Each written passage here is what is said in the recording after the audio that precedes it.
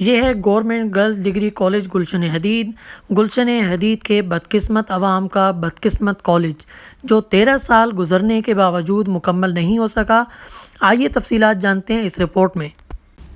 گلشن حدید phase 2 میں کے electric کے دفتر کے سامنے اور جمعہ بازار گراؤنڈ سے ملحق یہ کالج 2009 میں جماعت اسلامی کے یوسی ناظم محمد اسلام نے وزیر اعلیٰ سندھ سے منظور کروایا اور اس کا افتتاح کیا۔ اس کے بعد مسلسل اب تک پیپلز پارٹی کی حکومت ہے۔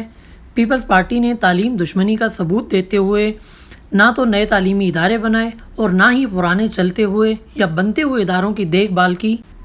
یہ کالج دو اطراف سے کچرا کنڈی کا منظر پیش کرتا ہے۔ یہیں پہ پتھارے بھی کھڑے ہوئے ہیں، یہیں پہ بھی ٹھیلے لگے ہوئے ہیں، لیکن کوئی پوچھنے والا نہیں ہے، کوئی ان کو روکنے والا اور ہٹانے والا نہیں ہے۔ یہ کالج کے بجائے ایک کباڑ خانے کا یا کچرا کنڈی کا منظر پیش کرتا ہے۔ سوال یہ بنتا ہے کہ پیپلز پارٹی 13 سال کے اندر ایک کالج کو کیوں مکمل نہیں کر سکی ہے؟ سوال یہ بنتا ہے کہ آخر عوام کے پیسوں سے جمع ہونے والا فنڈز کہاں خرچ ہو گیا؟